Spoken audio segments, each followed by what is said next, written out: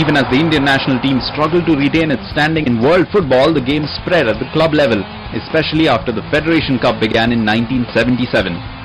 Teams such as East Bengal, Mohun Bagan and Mohammedan Sporting went from strength to strength, fueled by superstars both homegrown and from outside.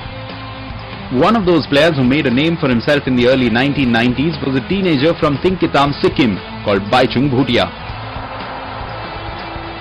Bhutia's rise corresponded with an increasing amount of televised coverage of the sport in India.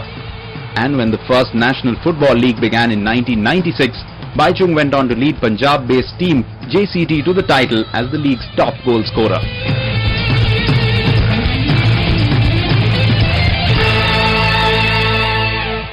Bhaichung could do electrifying things. I mean, I was privileged enough to do commentary when he first came on the scene as a 17-year-old for East Bengal against Border Security Force, which was a rugged, tough team, hard-tackling team in the Durand semi-final of 1993.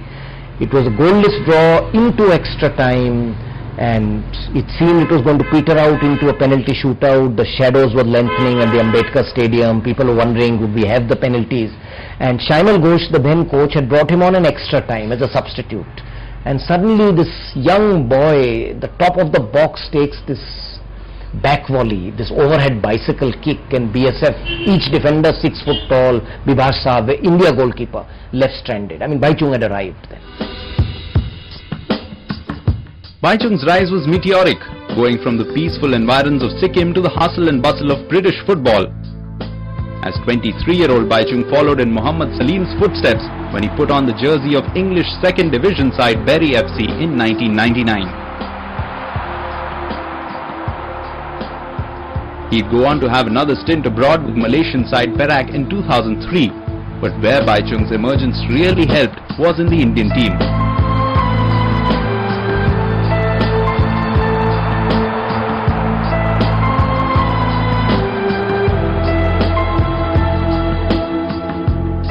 Vijayan from Bhaichung, and it is 2-1.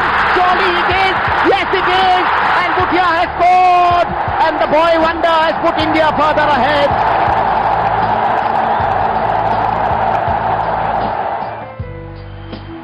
There were wins galore in regional events like SAF Games, SAF Championships and the Afro-Asian Games, with the Sikkimese sniper playing his part.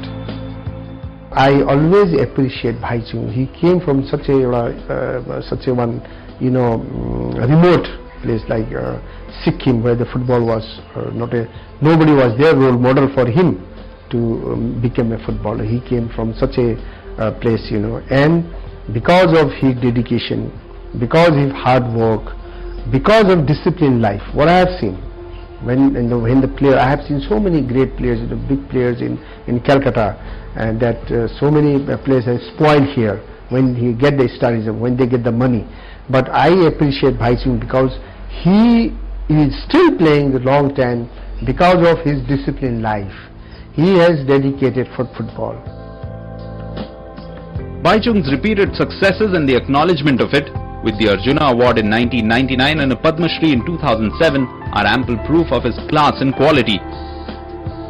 But they also point to the paucity of depth of talent in Indian football. Kolkata's darling Bhaichung Bhutia is also a symbol of the decline of several other one-time powerhouses in Indian football. Today we associate great teams with Kolkata, Goa and at best Mumbai, nowhere near the situation 50 years or so ago.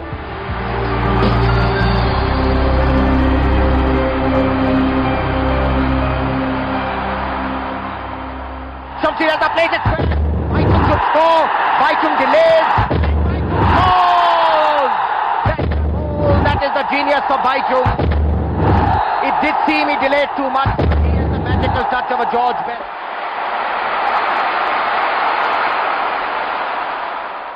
South India has been the biggest setback for Indian football. The peak of Indian football was when South India dominated.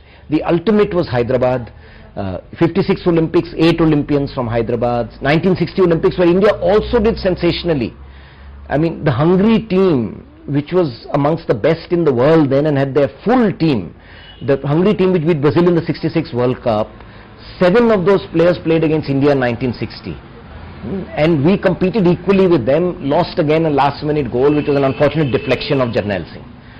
So that team had mostly players from South India, 7 from Hyderabad. There would be so many players from Tamil Nadu. 48 Olympics, 6 players were from Mysore. So that whole area produced skillful players, intelligent players, and in the case of Hyderabad, tall, broad-shouldered, the type Houghton would have been licking his lips.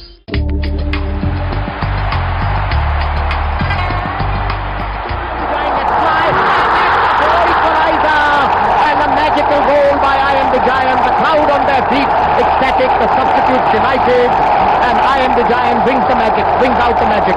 This is why However, it was South India that gave us the other superstar of the 90s in Indian football. Inivilappil Manni Vijayan began life by selling soda bottles at the Trichur Municipal Stadium in Kerala. As an 18-year-old, he began his life in football with Kerala Police and went on to enjoy a career spanning nearly 2 decades, where he entertained football fans in each and every corner of the country. ऐसे मेरे को football खेलने के आते हैं और दूसरा काम नहीं आता था, पढ़ने का भी बहुत मुश्किल था, मुश्किल पढ़ा भी 8 स्टैंडर्ड तक पढ़ा, खाली फुटबॉल आते मेरे को, तो फुटबॉल खेला, इधर ही खेला था, खेल के मेरे को तो घर नहीं था वो टाइम में, मेरा अचीवमेंट एक घर बनाने का था, तो खेल के घर भी बनाया, थोड़ी नाम भी कमाया, बहुत अच्छा हुआ. Vijayan was a possessor of freakish talent, and his best moments on the field would also coincide with some of India's proudest. A regular of the Indian national team between 1989 and 2004, Vijayan blitzed into the world record books when he scored the fastest goal in international football in 12 seconds against Bhutan in the 1999 SAF Cup. In all, Vijayan scored an impressive 39 goals in 79 outings for the national side. Vijayan could create goals out of nothing. Vijayan was magical. His touch, his sheer improvisation. But he was a genius. He really never knew what he was doing. He was so unpredictable, and that was what made him so great. And his ability to take shots, thin of frame, but such powerful shots, and complete player. As a senior pro, Vijayan also showed the way for younger superstars like Bhaichung Bhutia. Unfortunately, Indian football's Black Pearl himself couldn't do justice to his limitless talent. We had one of the finest talented player, Vijayan. He could play anywhere because of education, because of guidance. He could not make it. He was a gem of a player. He was a gem of a player, but because of education background, he was spoiled. Vijayan decided to hang up his boots in late 2005, and with it went Indian football's last great entertainer of the 20th century. Vijayan then went on to scorch the silver screen, including a role in the national award-winning Malayalam film Shantam. At 39, Vijayan can still hold a defence at his mercy, as he shows in friendly games in his hometown these days. Meanwhile, fans are still looking out for someone with Vijayan's special brand of magic.